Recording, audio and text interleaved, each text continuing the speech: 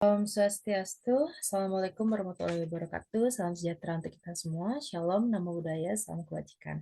Baiklah, jadi di sini dari kelompok 4 akan presentasikan materi mengenai awal matematika modern, yaitu pada abad ke-17 dan abad ke-18.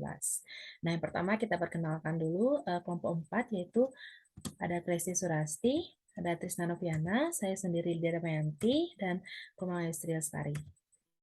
Nah, kita langsung saja masuk ke subbab yang pertama, yaitu mengenai dunia mekanika, Descartes, dan Newton. Zaman Renaissance menandakan kebangkitan kembali konsep-konsep klasik, dan sedangkan pada abad ke-17 mengukuhkan matematika pada fondasi-fondasi yang sebenarnya baru. Nah, para ahli menyebutkan periode setengah abad sejak 1637 sampai 1687 sebagai sumber mata air matematika modern tahun pertama yang merujuk pada dipublikasikannya buku La Geometrie dan juga Principia Mathematica oleh Newton. Oke, kita lanjut ke notasi modern oleh Francois Vieta. Mohon maaf apabila ada kesalahan pengucapan nama.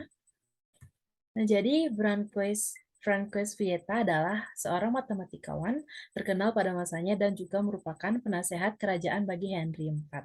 Nah, beliau berperan penting dalam penyempurnaan aljabar, yaitu menggunakan huruf sebagai simbol untuk kuantitas yang belum diketahui, yang mana pembagiannya yaitu huruf vokal menandakan kuantitas yang tidak diketahui dan juga huruf konsonan menandakan bilangan yang diasumsikan sudah diketahui. Nah, namun teori ini tidak bertahan lama setelah dimunculkannya buku La Geometrie karya Descartes, yang mana di sini menyebutkan bahwa huruf awal abjad akan menyimbolkan kuantitas yang diketahui dan huruf akhir abjad seperti khususnya X akan menyimbolkan kuantitas yang belum diketahui. Nah, singkatnya saja di sini aljabar telah melewati 3 tahap, yaitu tahap retorik, di mana penulisannya dengan bahasa biasa, lalu tahap sinkopasi, yang mana penulisannya akan menggunakan singkatan-singkatan, dan tahap simbolik, di mana penulisannya menggunakan suatu simbol atau lambang yang bersifat ad hoc. Lanjut ke arah perkembangan matematika modern pada abad ke-17 dan 18. Nah, di sini poin-poinnya saja. Yang pertama itu dua tokoh berbeda, Pierre de Fermat dan René Descartes, itu secara bersamaan menyandingkan aljabar dengan geometri, yang mana menghasilkan suatu inovasi penting geometri analitik. Lanjut dengan mana ditemukannya logaritma-logaritma pemicu perkembangan komputasional terbesar dalam aritmatika oleh John Napier.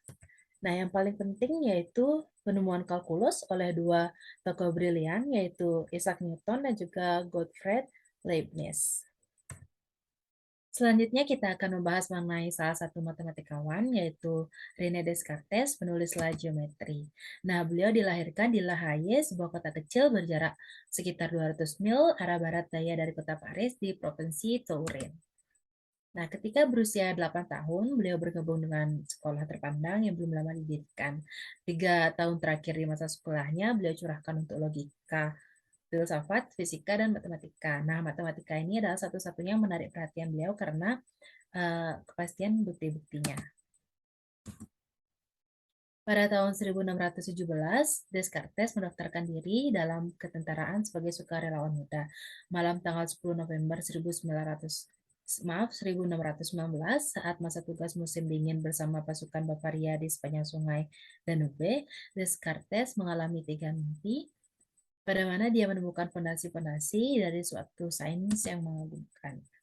Pada tanggal 1 Februari 1660, beliau mengalami sakit pernapasan yang dengan cepat memburuk menjadi pneumonia dan akhirnya wafat setelah 10 hari dalam ketersiksaan fisik dan penderitaan mental.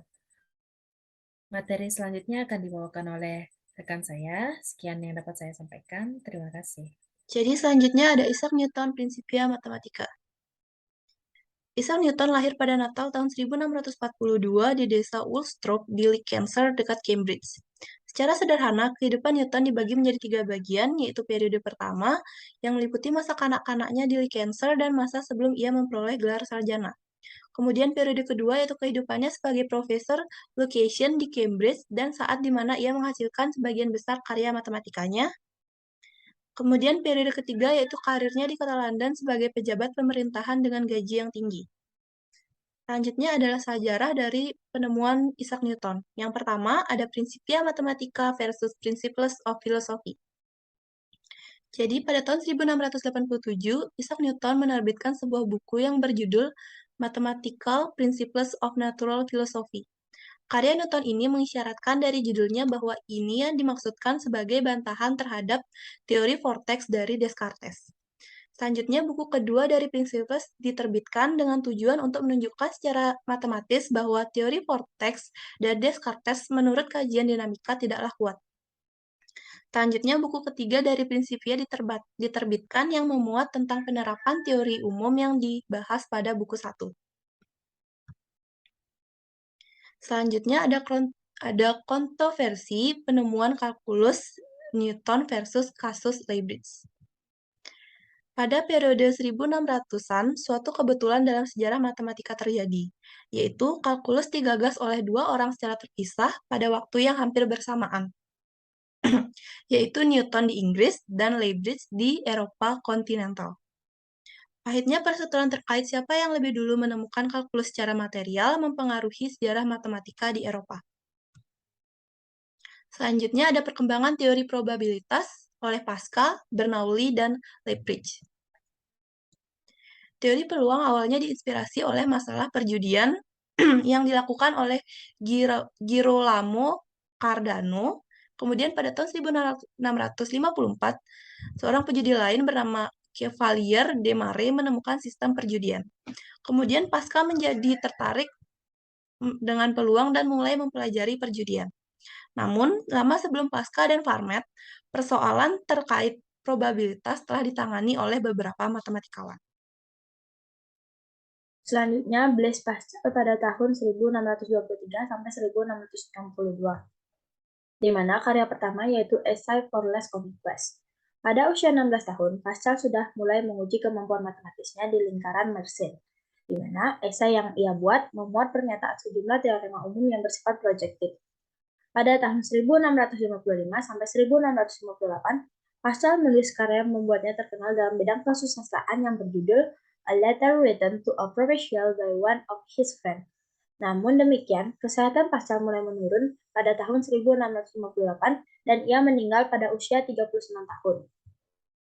Selanjutnya, beberapa kontribusi Pascal antara lain sikloida, segitiga aritmetik, dan induksi matematika.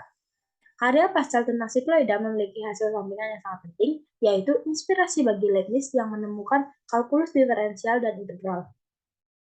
Pascal juga terkenal berkat publikasinya jurnal aritmetik yang memuat suatu tabel numerik dalam bentuk segitiga atau yang biasa dikenal dengan segitiga Pascal. Selanjutnya yaitu Bernoulli dan Laplace. Yang pertama, James dan John Bernoulli. James yang biasa dikenal dengan nama Jacob Bernoulli pada tahun 1654 sampai 1705 adalah salah satu dari banyak matematikawan yang terkemuka dalam keluarga Bernoulli. James berkolaborasi dengan saudaranya John dalam berbagai aplikasi kalkulus, namun itu tidak berjalan dengan lama karena kecerdasan John sendiri. James Bernoulli dilahirkan pada tahun terjadinya korespondensi di antara Pascal dan Fermat yang menetapkan dasar teori probabilitas. Kemudian, John Bernoulli yang dikenal sebagai Johannes adalah seorang ahli matematika Swiss yang merupakan keluarga dari Bernoulli, di mana John biasa dikenal dengan kontribusinya untuk kalkulus dan mendidik Leonhard Euler di masa mudanya. Selanjutnya, yaitu Pierre Simon Laplace pada tahun 1749 sampai 1827 dilahirkan di Normandia pada sebuah keluarga sederhana. Kemudian, karya terbesar Laplace adalah Traité de Mécanique Céleste yang diterbitkan dalam 5 volume besar selama 26 tahun. Ia menyelesaikan kerja yang Newton rintis karena karya tersebut menunjukkan bahwa semua gerakan anggota sistem planet di tata surya dapat didedukasi dalam hukum gravitasi. Selain di bidang mekanika, benda-benda langit, kejeniusan Laplace juga tampak dalam kontribusinya dalam kajian probabilitas dan teori statistika matematis.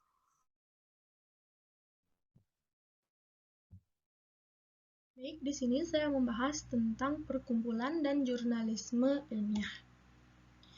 Jadi salah satu contoh pertemuan rutin para matematikawan adalah lingkaran Paris yang dirintis oleh Marin Mersenne pada 1588 hingga 1648 yang menerbitkan Philosophical Transactions of the Royal Society and Journal des Affaires pada periode 1750 hingga 1789 yang terdapat hampir 900 jurnal ilmiah yang berkala. Baik, selanjutnya Pierre de Fermat dan aritmatikanya. Fermat adalah matematikawan besar terakhir yang mengkaji matematika sebagai sampingan bagi karirnya yang bukan di bidang sains.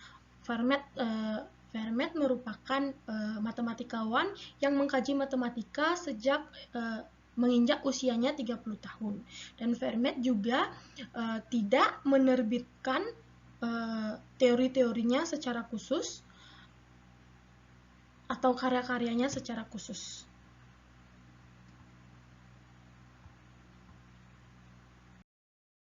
Selanjutnya ada Leonhard Euler, penulis matematika paling produktif. Leonhard Euler adalah seorang Swiss perintis matematika dan fisika. Beliau lahir pada tanggal 15 April 1707 di Basel, Switzerland. Beliau memiliki gelar Master of Psychology. Euler mempublikasikan makalah pertamanya mengenai teori graf. Selanjutnya ada Carl Friedrich Gauss, pangeran para matematikawan. Johann Carl Friedrich Gauss dilahirkan pada tanggal 30 April 1777 di kota Brunswick, Jerman. Ia merupakan anak dari seorang petani sederhana. Pada tahun 1801, saat Carl Friedrich Gauss berusia 24 tahun, ia menerbitkan salah satu karya terbesar dalam sejarah matematika, yaitu Discontinuous Mathematica. Orang mengatakan Carl Friedrich Gauss telah melakukan yang terbaik dalam teori bilangan sesuai dengan apa yang Euclid lakukan dalam geometri. Baik, sekian presentasi dari kelompok kami. Saya ucapkan terima kasih.